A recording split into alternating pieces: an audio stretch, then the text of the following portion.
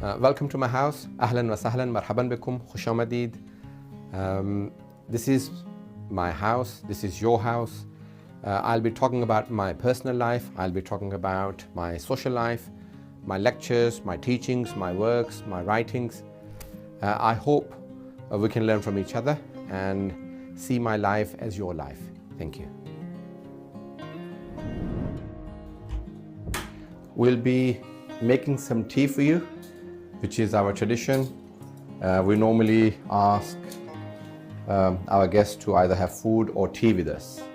I'll be making some Pakistani tea, which is stronger than the British tea. Normally, in Pakistani tradition, we have very strong tea, as we call it kadak tea, which is translated into English as strong tea.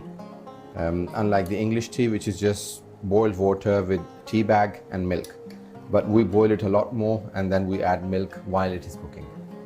And by the way, my mother is cooking for you. So we have aloo gosht, which is lamb and potatoes, and also some spinach and also some pulao.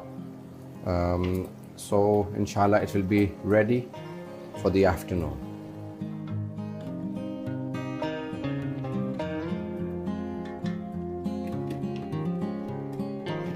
Now we'll be adding some milk to the tea, which will make it ready to be drunk. My parents came to the United Kingdom in 1960s and they went back in the 70s, and I was born in Lahore. I grew up in Lahore. My primary school was in Lahore. Lahore is a very big city, a large city, which has a population of over 10 million, probably more than 15 million. It is very traditional. The Nawabs, or the rulers of Lahore, the Qazalbash, were Shia. So it has a lot of Shia domination. So there are probably 2 million Shias in Lahore.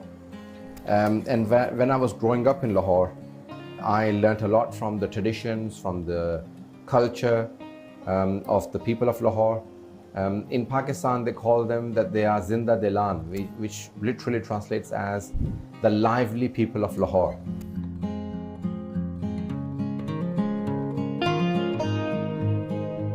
While I was growing up in Lahore, my grandfather, he was a scholar. He was a religious scholar. His father was also a scholar. So I was influenced by my grandfather and my grandmother. My grandfather was a religious scholar, but my grandmother was a reciter. She used to recite majalis. So I was heavily influenced by my grandfather and grandmother, who were very religious, highly educated Islamically. And they influenced me and my sisters, my cousins, everyone. Both of my sisters also recite majalis.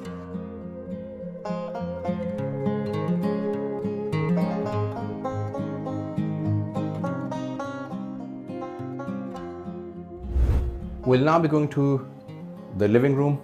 We'll enjoy the tea and talk about other things.